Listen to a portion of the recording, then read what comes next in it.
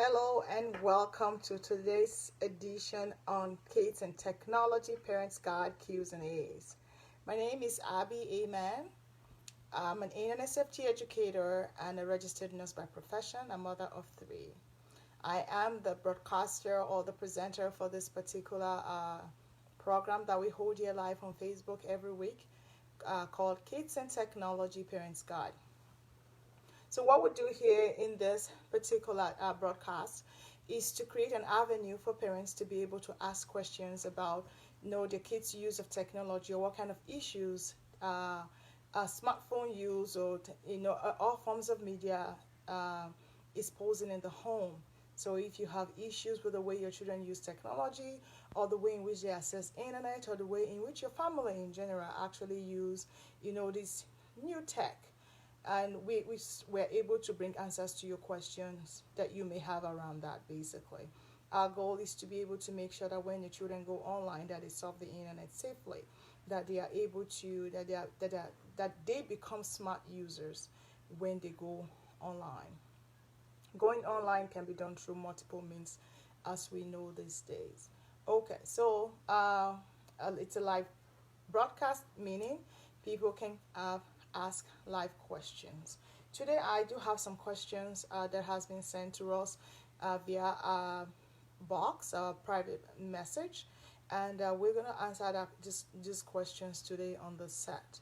But before I go ahead and answer the questions and wait for a few people to join us live, I will quickly give some housekeeping about what this whole program is all about. So this broadcast is being presented by the IFace Center. The IFace Center is a non-profit organization founded in Edmonton, Alberta, Canada, and our goal is to create the awareness of internet safety around children. We like to make sure when children go online, that they are safe. After all, children are 1/3 of the internet users globally. If children are going to be spending 7 to 9 hours on the screen, as has been said by specialists and researchers, we might as well make sure that they are safe while they are on it. So today we're going to be talking about questions and answers that parents may have around the use of technology in their homes and the way in which their children use it. And if parents are actually having problems themselves as to technology use, they can also pose us those questions, and we will try to address those questions as soon as right away on the set. And if we don't have the answers, of course we will get back to you. So that's our goal. So what does the IFace stand for? What do we do in the IFace Center? So the name basically represents what we do. So at the IFace Center, we increased the awareness of internet safety issues around children.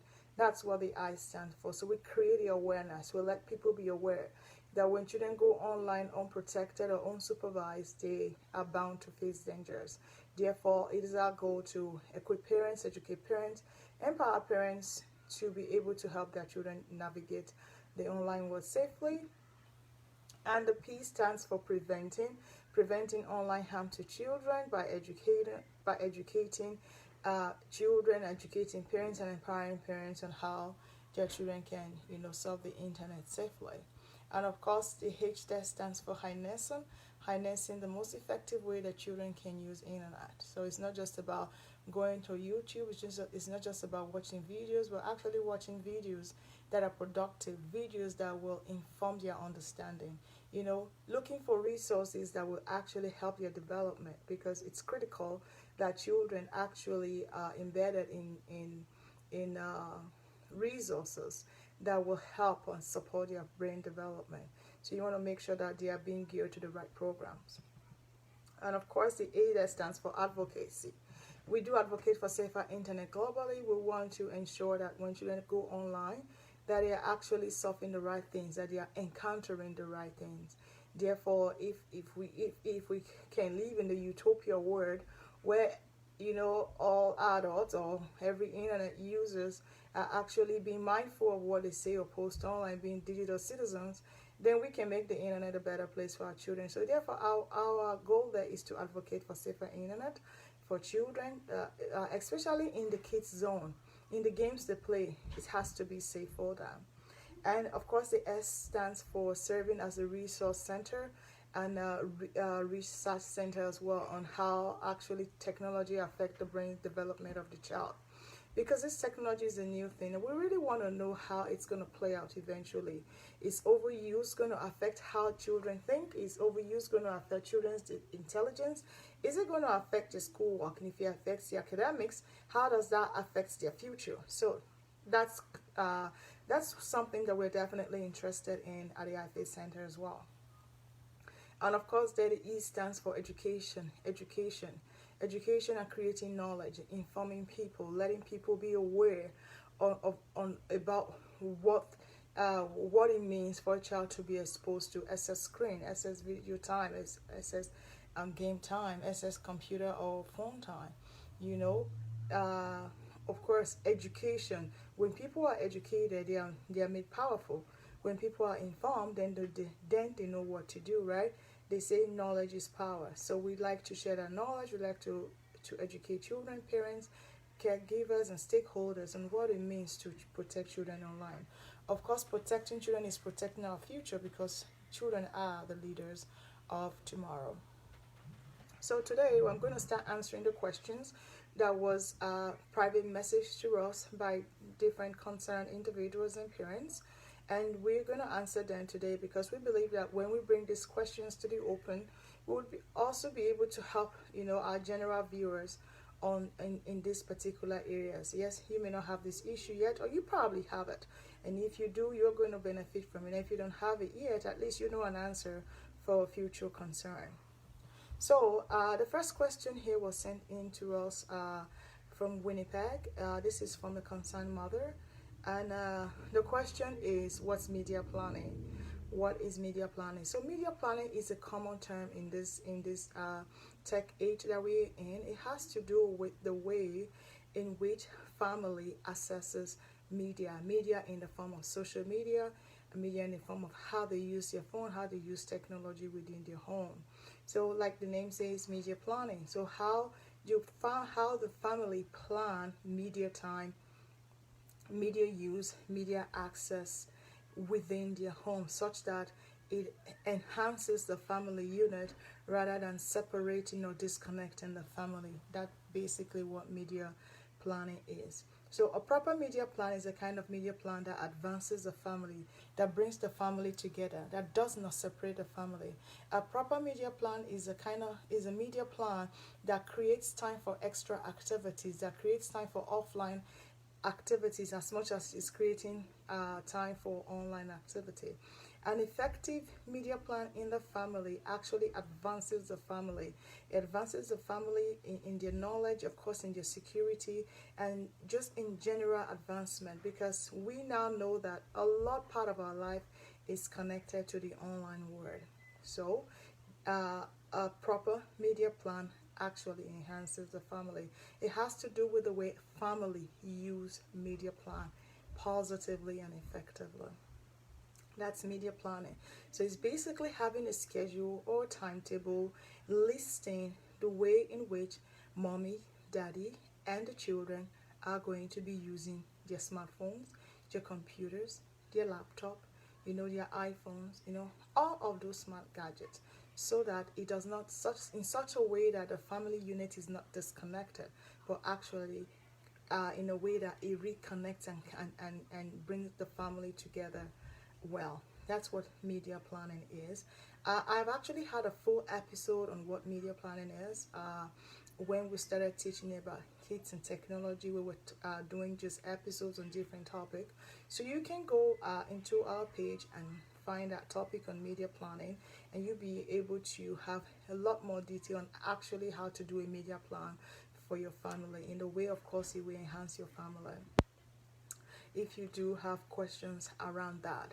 Okay, but the one thing I want to mention here is the fact that when it comes to media planning in the home, parents are the mentors. Parents should be the mentor of media plan in the home. Therefore, if the kids are to obey the rules, if the kids are to be part of this media planning, parents have to mentor it. And for you to mentor also means you have to lead by the example. You have to lead the way. And for you to lead the way, that actually means that you're leading an example on how you use the phone. You as a parent, you can't be on the phone 24/7 and expect your children not to follow suit, right? So parents have to mentor. They actually have to take the lead when it comes to media planning. Again, for more details on media planning, please check on the full episode on media planning on our page, of course, the IFace page. Right now, I'm presenting from my main page, but please go onto the IFace page and you should be able to find a full episode on media planning and how to create one for your family. And thank you for coming in. For those that are just coming in to join us, if you do have any questions about media use in your home, please, you can type in the questions and we'll be able to, answer your questions right here on the set. And hello to you, Ruthie. It's nice to have you on here today, and Tracy as well. Thank you so much for coming on. And the next question that we're going to be taking here is from a mother here in Edmonton. And it's a question about how do I set boundaries around my home when it comes to media use. How do I set boundaries? You know what? This is a very genuine concern. For a lot of parents, it's a big thing to be able to set boundaries around media use in the home. Because what happens is, the children break the rules and then the parents let it go, right? And then they break the rules again. Before you know it, those rules are, they are out through the window. So how do you set an effective boundary in your home such that it's effective? It's actually to follow through. In order for you to have an effective boundary setting in the room, in the house that works, that means you have to follow through. Therefore, for instance, you make a media plan and of course, you lay out consequences for overuse of, say, the phone. Like in my home, my son just recently negotiated his screen time or his phone use to come up more than our initial speculated time, which was 2 hours. So during this holiday, he's asking for he asked for 4 hours. And I said, no, those 4 hours is too much. We can double the time, right? From 2 to 4, no. Okay, I'll give you 2.5 hours. Back and forth. We eventually landed at 3 hours. Okay, 3 hours and 15 minutes you can spend on your phone, connect with your friends, you can, do what you want to do as long as it's healthy and as long as it's within the media plan in the home, right? And guess what? If he passes over that time, and I noticed that he jumped through that time that we have specified, then he's going to have to lose his phone time for the next so and so to compensate for the time that he had overused. So in order for you to create an effective boundary in the home is to follow through what you've said. So if you say, well, the phone use time is 4 hours during the holiday. If you use past it, your phone is going to be taken away for so and so long to compensate for the overtime you use. Make sure you do that. Because if you do that, then your child knows to obey next time because they fear consequences, right? So it's very important. But sometimes as parents, we get really busy. Parenting is hard as it is already. We can set these rules and not follow through, right? And our children know that mommy may not remember, daddy will not remember. Therefore, they do it and then they get through with it. So setting those boundaries and really making sure that you are following through it. And that is why media planning is important, because if you have a media plan in the house that is actually pasted on the fridge or pasted on the wall where everybody can see it, if a child breaks through, you can say, well, go over there and read number 7 and come and tell me what it is. And go over there, read the whole thing. If you forgot the whole media plan, tell me which rule you are breaking. And of course, the kids know. They probably have this thing in their head because media is a big part of their life. But the most important thing is that as a parent, you are actually following through the speculation. If you have specified that at so and so time, it's curfew time for the phones, it should be curfew time for the phone. If curfew time is 7 and then you extend it to 9 and then to 11, well, you find your child using the phone at 3 a.m. in the morning. Why? Because there are really no grounded rules about it. So again, I do hope that question is clear to it's been clearly answered. And if you do have, if you need more clarity on that end, please let me know, and just by indicating. I also want to say, for those that are viewing us right now, those that will be viewing us much later, if you find this broadcast good, if you find it informative or educative in any way at all, I strongly encourage that you share with your contact, because if you share with your contact, you are therefore creating a safer community, not just for yourself and for your children, but also for your neighbors' children. You're creating a safer community for the world at large, and that way we're able to create a herd immunity. Of course, by creating a herd immunity, we are protecting more children than just our children. So I'm going to go over to the third question here. This was from a parent here in Edmonton, and parents of a young child. And the question is that his child is about 5 years old, and he's wondering how much screen time this child should be having, right? Now, according to the Canadian Pediatric Association, and as well as the American Pediatric Society, the recommendation for screen time for ages, between 2 to 5 is 1 hour a day. Is 1 hour a day. So, and it's not just a number. It was actually a research that was done to realize that kids that were exposed to much screen time longer than an hour, it turns out that the white matter in their brain was actually less than for children who were kept within that parameter of an hour or less a day. Because at that age, between the age of 2 to 5, that is where children are forming the most neuron connectivity, and they need human interactions and they need human contact and human play to be able to form those connections. That is why they recommend an hour. So between that age, between 2 to 5, the recommendation is an hour of really productive program, not just TV program. You got to be specific. They are still very researchers and pediatrics are still very in support of, say, Sesame Street. You got to be very mindful of the kind of shows that your children watch at that age.